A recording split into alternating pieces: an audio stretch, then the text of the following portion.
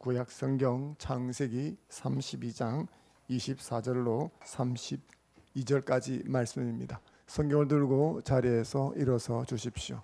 제가 한 절 읽고 여러분들이 한 절 읽고 마지막 절은 함께 읽겠습니다. 24절입니다. 야곱은 홀로 남았더니 어떤 사람이 날이 새도록 야곱과 씨름하다가 보고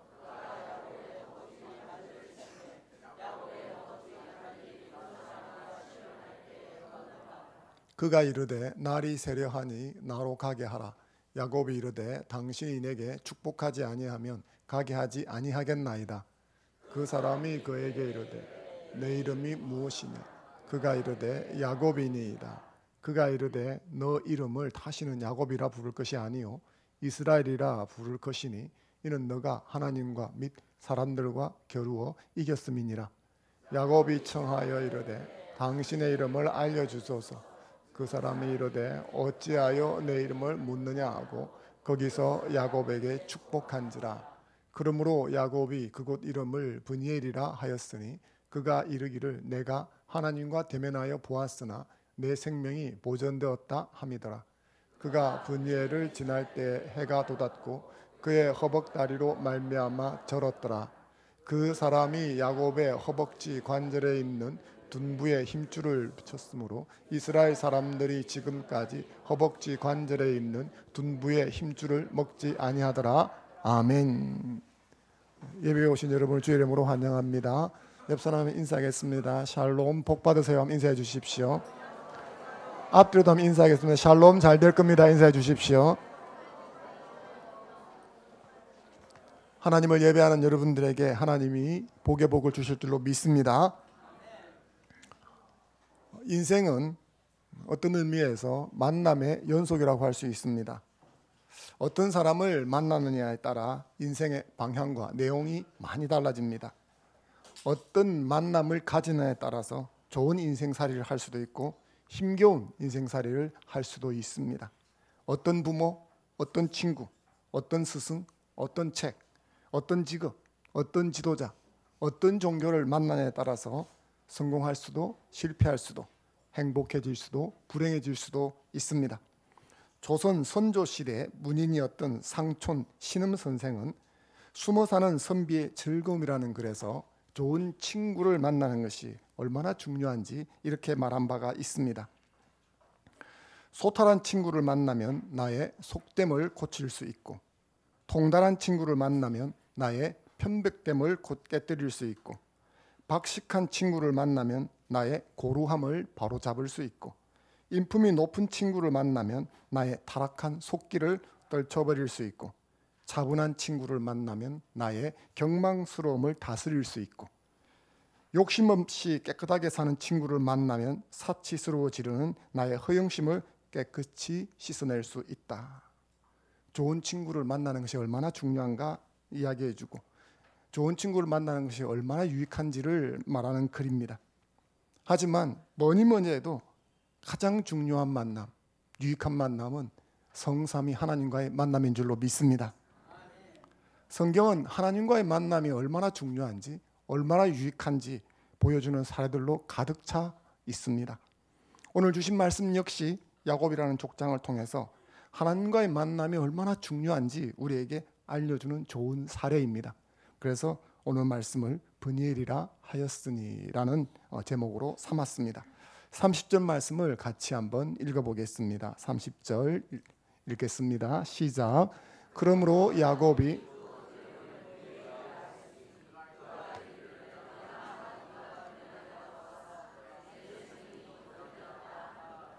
아멘. 여기 보면 브니엘이라는 단어가 나옵니다. 프니는 얼굴이라는 뜻이고 엘은 하나님이라는 뜻입니다. 그래서 브니엘은 하나님의 얼굴이라는 뜻이죠. 야곱이 자신이 하나님과 얼굴과 얼굴을 마주 대했다라고 해서 자신이 하나님을 만난 곳의 지명을 브니엘이라고 명명한 것입니다. 하나님과의 만남은 야곱에게 어떤 영향을 끼쳤을까요? 이것을 위해서는 하나님의 관심사가 무엇인지 우리가 알아야 합니다. 이 당시 본래 야곱의 관심사는 에서와 400명에 대한 처리였습니다. 하지만 하나님의 관심사는 야곱의 성장과 성숙이었습니다. 이 만남의 주도권을 하나님이 쥐고 계셨습니다. 그러니까 하나님과 야곱의 만남은 필연적으로 야곱의 성장, 성숙의 변화로 이어집니다. 그중 하나를 우리는 지난 주일에 살펴보았습니다. 바로 복에 대한 태도 변화였지요. 이전까지 야곱은 복이란 자신의 꾀, 힘, 노력으로 쟁취하는 것이라 생각하고 살아왔습니다.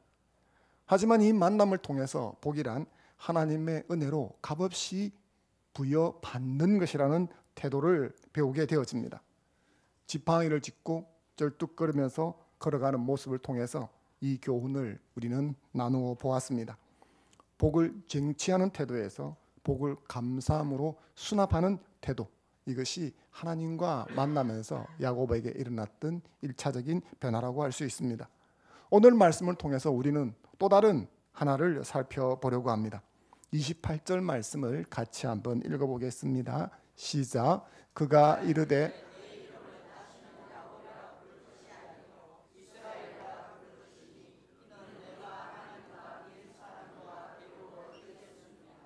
아멘. 축복해달라는 야곱의 간청에 하나님이 야곱을 축복하시는 장면입니다. 천사를 통해서 대리 축복을 하는 거죠. 여기 보니까 야곱을 이스라엘이라고 이름을 바꾸어 줍니다. 이스라엘이라고 하는 이름의 뜻은 조금 모호합니다. 내가 하나님과 및 사람과 겨루어 이겼다. 이게 이제 이스라엘의 이름의 뜻인데 좀 더 정확하게 보자면 하나님과 겨루다, 하나님과 싸우다, 그런 뜻이 되어집니다. 아마도 야곱이 하나님과 더불어 싸웠고 씨름했고 그렇기 때문에 사람과 더불어 싸우고 씨름하면 능히 이기지 않겠느냐 하는 그런 의미가 담겨 있는 것 같습니다. 이 이름은 이스라엘 민족에게 자긍심을 심어주는 이름입니다. 하나님과 신과 더불어 싸울 정도니까 누가 당할 수 있겠는가, 이런 내용이 담겨 있는 것이죠. 이름이 바뀐다는 것은 한 사람의 삶과 신분 그리고 인격, 모든 것이 송두리째 바뀐다는 겁니다. 무엇보다도 이름은 그 사람의 정체성을 표현하고 있습니다.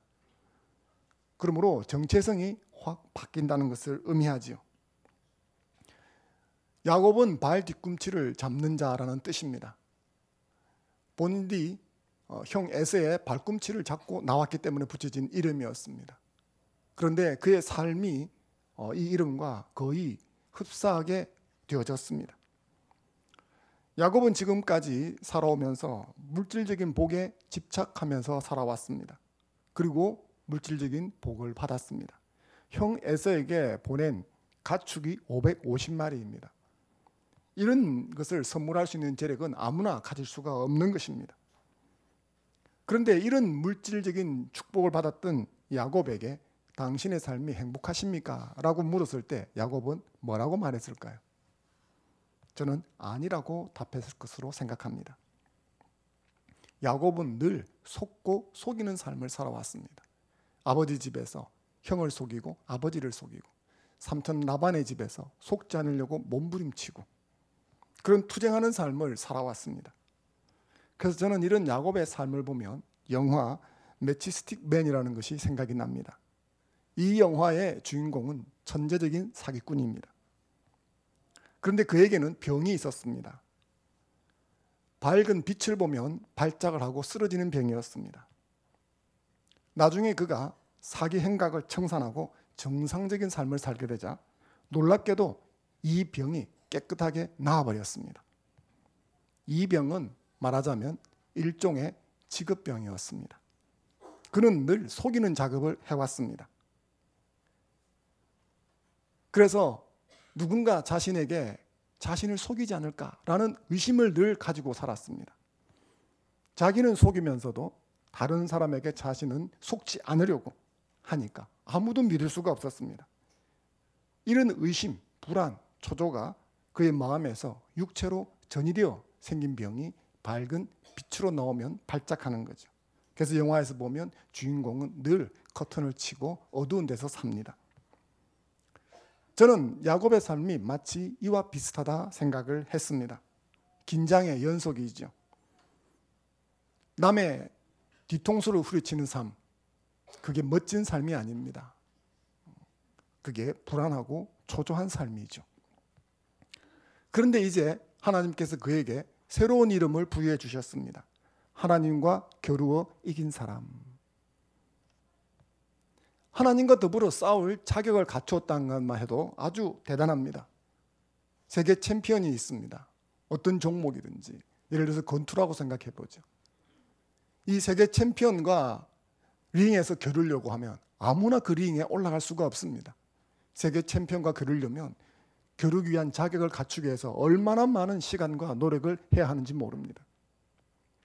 그런데 어쨌든 그렇게 해서 세계 챔피언과 링 위에서 한 판을 겨루었다. 이기고 진 것을 떠나서 그게 어마어마한 명예가 되는 거죠. 하물며 전능하신 하나님과 더불어 싸웠다. 그 싸울 자격을 갖추었다는 거죠. 모든 것을 가지신 그 하나님을 상대로 당당하게 싸울 수 있는 사람이 되었다. 그렇다면 이 사람이 뭐가 꿀리겠습니까? 세계 챔피언과 링 위에서 한판 대결을 벌였다면 비록 이기지는 못했을지라도 그는 세계 챔피언 자리를 놓고 겨루었다는 것만으로도 명예를 가진 사람이 되는 것입니다.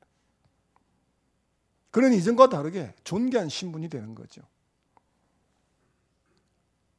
하나님과 겨루어 싸웠다는 것도 마찬가지입니다. 이전에 어떤 삶을 살았는지 모르지만 그는 하나님과 더불어 싸울 정도로 대단한 인물이 되었다는 것을 말해주는 것입니다. 하나님께서 야곱에게 너 이름을 이스라엘이라 하라 하신 것은 너는 이제 더 이상 허접한 인생이 아니야. 나랑 더불어 싸우는 그런 위치에 있는 자잖아. 이렇게 이야기를 해주셨다는 겁니다. 이 정체성이 바로 설 적에 인간은 행복해지는 것입니다. 정체성이 바로 서야 행복해진다는 것은 단지 성경에서만 하는 이야기가 아닙니다. 정상에서 만납시다라는 책을 쓴 지글러 박사의 이야기 속에도 그런 이야기는 나옵니다. 지글러 박사는 한 번은 뉴욕 지하도로 걸어 들어가는데 한 거지가 연필을 팔고 있는 것을 보았습니다. 다른 사람들처럼 지글러 박사도 1달러를 주고 갔습니다. 연필은 불쌍해서 받지 않았습니다. 지하도로 내려가 걷다가 갑자기 뭔가 생각나서 다시 돌아서 그 사람에게 다가갔습니다. 여보시오, 내가 아까 1달러를 줬지요. 예, 그렇지요. 그럼 그 대가로 연필 한 자를 주시오. 거지가 연필을 주자 지글러 박사가 그 연필을 받고 이렇게 이야기했습니다. 여보시오, 당신도 나와 같은 비즈니스맨이요. 당신은 더 이상 거지가 아니요. 당신은 나에게 1달러를 받고 연필을 판 사람이요. 이 순간 거지가 가만히 생각했습니다. 그래, 맞아. 난 거지가 아니야.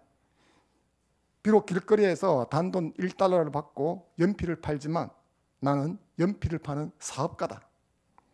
그 순간부터 이 거지는 자신의 자아상이 달라졌습니다. 그리고 새로운 꿈과 용기를 얻었습니다. 그리고 자신의 운명과 환경을 바꿔오는 그 말을 자기 마음속에 늘 새겼다고 합니다. 나는 거지가 아니야. 나는 연필을 파는 비즈니스맨이야.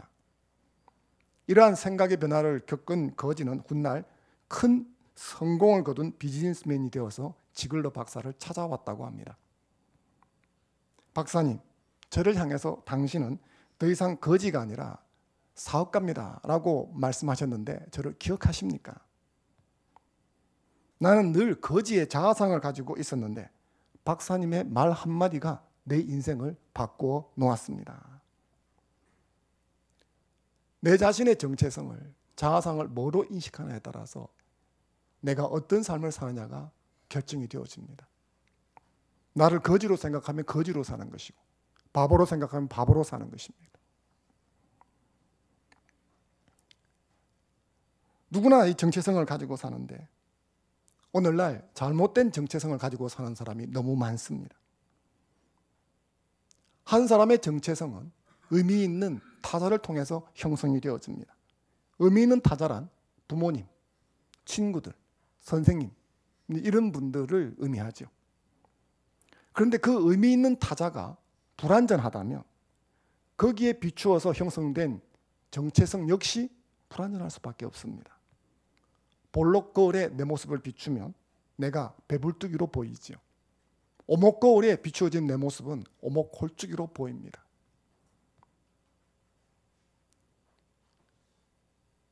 볼록 거울이나 오목 거울은 불완전합니다. 그러니 거기에 비추어진 내 모습이 진짜 내 모습이겠습니까? 진짜 내 모습이 아니죠. 나의 실상을 비춰줄 수 있는 참된 거울은 어디에 있습니까? 오직 하나님 한 분 외에는 없습니다. 성삼위 하나님만이 참된 의미에서 진짜 의미 있는 타자이십니다. 하나님만이 나의 진실된 모습을 비춰줄 수 있습니다. 하나님의 눈에 비친 내 모습만이 진짜 내 모습입니다. 그러므로 다른 사람이 나를 뭐라고 하느냐, 선생님이 나를 뭐라고 하느냐, 남편이 나를 뭐라고 하느냐, 이런 게 중요하지 않습니다. 우리는 그것들을 많이 신경 쓰지만 정말 중요한 것은 하나님이 나를 뭐라고 하느냐 하는 것입니다. 이사야 43장 4절 말씀을 같이 한번 읽겠습니다. 시작.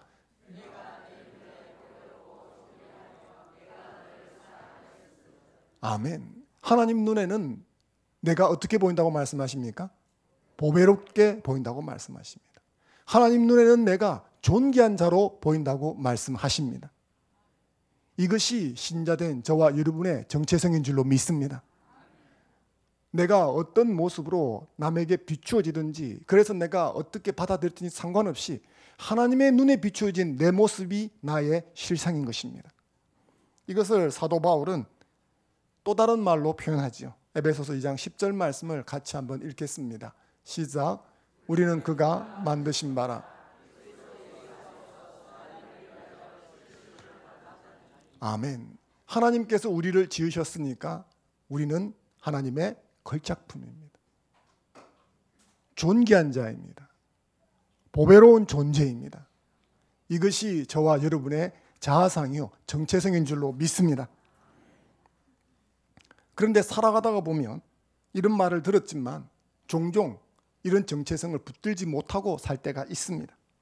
실패를 하거나 원하는 성과를 거두지 못했을 때, 다른 사람 눈에 내가 어떻게 보일까 전전긍긍하면서 하나님 눈에 비친 나의 실상보다는 나의 업적으로 만들어지고 사람 눈에 비친 것들을 내 자아상으로 받아들일 때가 많습니다. 그런데 그런 것들은 합당한 것이 아닙니다. 내 업적에 따라서 자아상이 형성된다면 그 자아상은 얼마나 많겠습니까? 업적을 쌓을 때도 있고 못 쌓을 때도 있는데도 말입니다. 그러므로 우리는 늘 하나님의 눈에 비친 내 모습을 붙들고 살아가야 될 줄로 믿습니다. 그것은 기도를 통해서 하나님을 만나는 자에게만 가능한 것입니다. 기도를 통해서 하나님을 만날 때 하나님 앞에서 하나님 눈에 비친 자아상이 내 속에서 자꾸 형성이 되어지고 굳건해지는 것입니다. 사랑하는 성도 여러분, 지속적으로 기도를 통해서 하나님을 만나가는 여러분 되셨으면 좋겠습니다. 기도를 통해서 하나님 눈에 비친 내 모습을 내 마음에 새겨나가는 여러분 되기를 주의 이름으로 축원합니다. 기도를 통해서 하나님을 만났던 야곱은 죽지 않았습니다. 30절 말씀을 같이 한번 읽어보겠습니다. 시작. 그러므로 야곱이 그곳 이름을 브니엘이라 하였으니 그가 이르기를 내가 하나님과 아멘. 야곱은 하나님과 대면했지만 자신이 죽지 않았음을 깨달았습니다. 구약에서 하나님의 얼굴을 마주보는 것은 죽음이라고 제가 지난주에 말씀을 드렸습니다. 죽음 같은 공포를 느끼는 거죠. 모세가 그랬고 야곱이 그랬고 이사야가 그랬습니다. 그런데 야곱은 죽지 않았습니다. 죽지 않았을 뿐만 아니라 야곱에게는 커다란 변화가 일어나고 있었습니다. 야곱의 문제는 에서와 400명이었습니다. 에서와의 만남은 너무 두려운 것이었습니다. 치밀한 계획을 세운 것을 볼 때 얼마나 두려웠는지 짐작이 되죠. 야곱은 최악의 상황을 상정하게 되었습니다. 생각하고 싶지 않지만 그 최악의 상황이 벌어질 것이라는 확신이 가슴속에 자꾸 드는 거예요. 견딜 수가 없는 거죠. 그런 불안하고 초조한 상황 속에서 하나님을 만났습니다. 그리고 알고 보았더니 자기가 하나님을 만났는데도 안 죽었다는 거예요. 오히려 하나님께서 자기의 이름을 바꾸어 주는 축복을 주신 거예요. 그러면서 그가 깨달은 게 뭐겠습니까? 아, 나는 하나님 만나고도 죽지 않은 사람이구나. 이게 무슨 의미겠습니까? 내가 이래봬도 하나님을 만나고도 안 죽은 사람인데 에서를 만나서 설마 죽게 하겠느냐, 이런 마음이 생겨지는 거죠. 호랑이를 만난 사람은 산책하다가 조금 무서운 개를 봐도 별로 무섭지가 않습니다. 그런 이치죠. 하나님을 만났기 때문에 에서를 만나는 것이 두렵지가 않은 것입니다. 여러분을 두려워하는 것이 있다면 하나님을 먼저 만나는 여러분 되셨으면 좋겠습니다. 그래서 이런 하나님을 만나자 야곱에게 변화가 찾아옵니다. 31절 말씀을 같이 한번 읽어보겠습니다. 시작. 그가 브니엘을 지날 때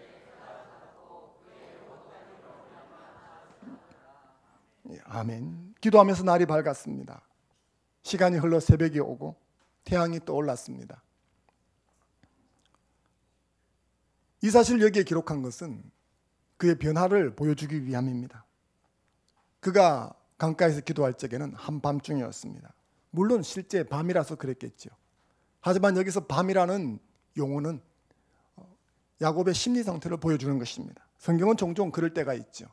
요한복음을 보면 니고데모가 예수님을 찾아옵니다. 그때 요한 사도는 그 시간이 밤이었다고 기록합니다. 그것은 시간적으로 밤이었지만 예수님을 알아보지 못하는 니고데모의 영적 어두움을 또한 상징하는 것이었습니다. 마찬가지입니다. 이 밤의 캄캄함은 야곱의 심리 상태를 보여주는 거죠.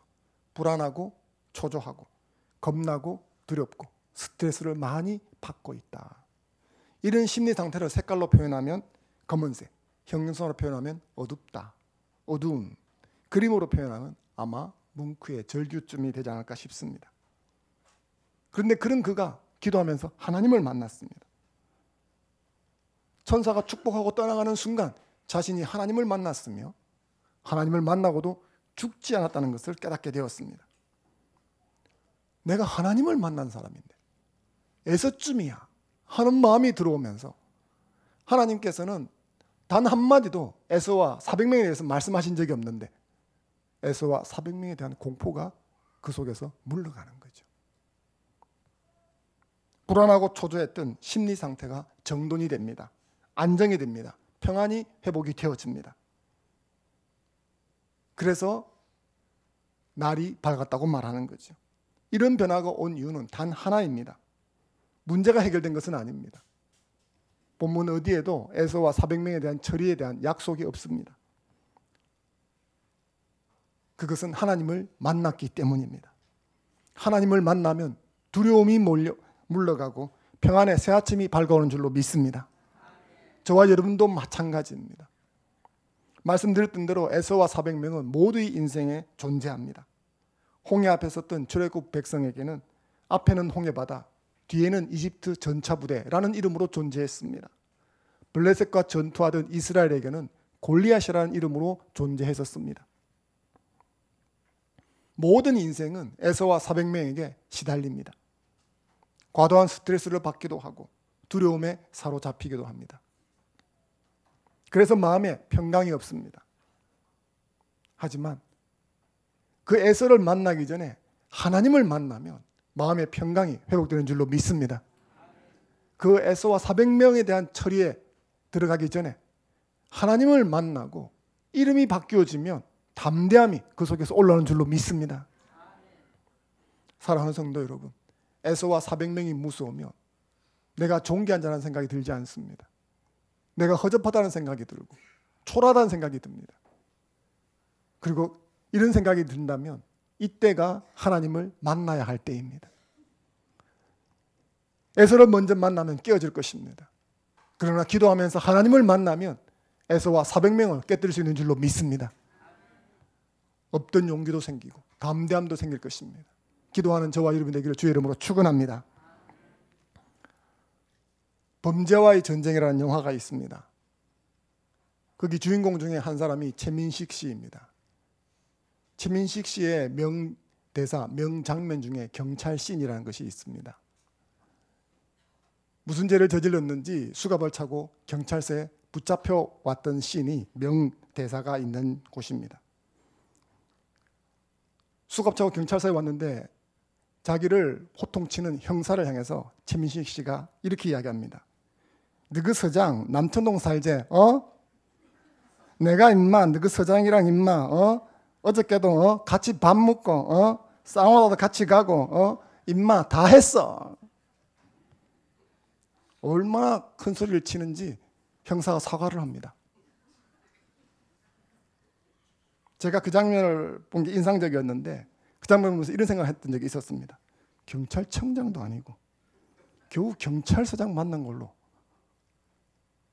그게 무기라고 저렇게 자랑하고 위세를 떠는가. 사랑하는 성도 여러분, 저와 여러분이 믿는 하나님은 경찰서장 정도가 아닙니다. 그렇지 않습니까? 그러면 여러분들은 이 최민식 씨가 경찰서에서 호통 내지듯이 그렇게 하실 수 있습니까? 하나님은 크고 두려운 분이십니다. 다니엘의 기도에 의하면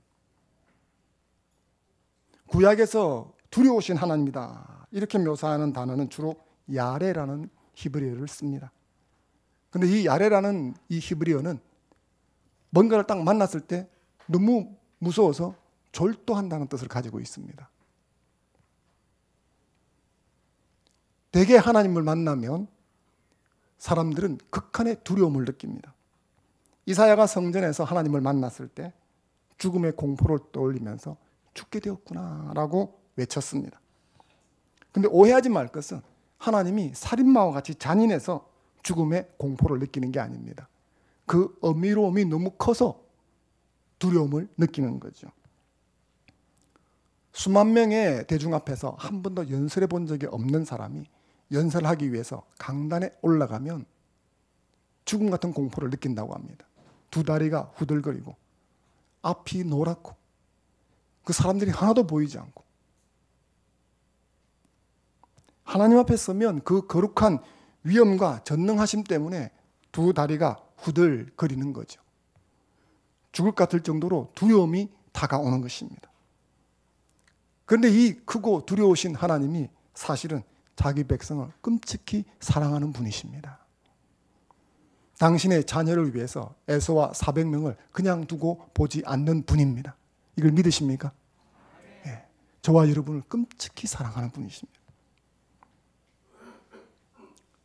그래서 이런 하나님을 만난 사람은 더 이상 에서와 400명을 두려워하지 않습니다. 에서와 400명이 너무너무 무서웠는데 이 두려우신 하나님을 한번 만나고 나면 그냥 그게 시시하게 보이는 겁니다. 게다가 그 두려우신 하나님이 나를 도우시는 분이라는 사실을 알 적에 내 속에서 용기와 담대함이 솟구치는 것입니다. 사랑하는 성도 여러분, 그렇기 때문에 우리가 집중해야 될 것은 에서와 400명이 아닙니다. 크고 두려우신 하나님이십니다. 에서와 400명에 집중하면 내게는 불안, 초조, 두려움, 공포 그런 것밖에 남지 않습니다. 하나님이 크게 보이면 세상이 작게 보이고 세상이 크게 보이면 하나님이 작게 보이는 것입니다. 지금 여러분은 어떻습니까? 하나님이 크게 보입니까? 아니면 세상이 크게 보입니까? 기도는 이 크신 하나님을 만나고 볼 수 있는 축복된 통로입니다. 세상의 유력한 권력자들을 만나려면 이만저만 노력해야 되는 게 아닙니다. 그 경찰서 가서 그 서장 내가 알아 이 한마디 하기 위해서 아침마다 서장이 가는 사우나에 자기도 가야 되지 않겠습니까? 서장이 가서 밥 먹는 그 식당에 가서 밥도 먹어야 합니다. 한 번이라도 얼굴 더 보려고 갖은 노력을 다 해야 말 한마디 할까 말까 한 거죠. 하지만 하나님은 그렇지 않습니다. 신자는 예수 그리스도의 이름을 의지하고 하나님께 나아가면 언제나 이 전능하신 하나님을 만날 수가 있습니다.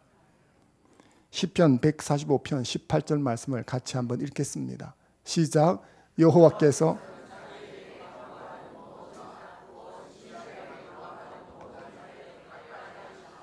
아멘. 우리를 두렵게 하는 것들은 항상 있습니다. 우리가 한번 하나님을 만나고 그 모든 삶의 에서와 400명을 항상 이길 수 있는 것은 아닙니다. 하지만 기도를 통해서 지속적으로 하나님을 만나고 지속적으로 내 정체성이 하나님 눈에 비친 것으로 마음에 새겨지기 시작하면 에서와 400명을 삶의 어느 자리에서 만나도 늘 담대하게 부딪혀 나갈 수가 있습니다. 그래서 기도란 정말 좋은 것이요 축복인 것입니다. 하나님과의 만남은 그 자체가 어마어마한 복입니다. 하나님과의 만나면 삶의 어려움을 극복할 수 있는 용기를 얻게 되는 줄로 믿습니다. 올바른 정체성을 세워주셔서 그 정체성으로 행복한 삶을 살게 만들어 주십니다. 그러므로 기도하지 않을 이유가 없지 않겠습니까? 사랑하는 성도 여러분, 기도를 통해서 하나님과의 축복된 만남을 경험하는 저와 여러분 되기를 주의 이름으로 축원합니다. 잠시 주신 말씀 붙들고 기도하는 시간 갖겠습니다.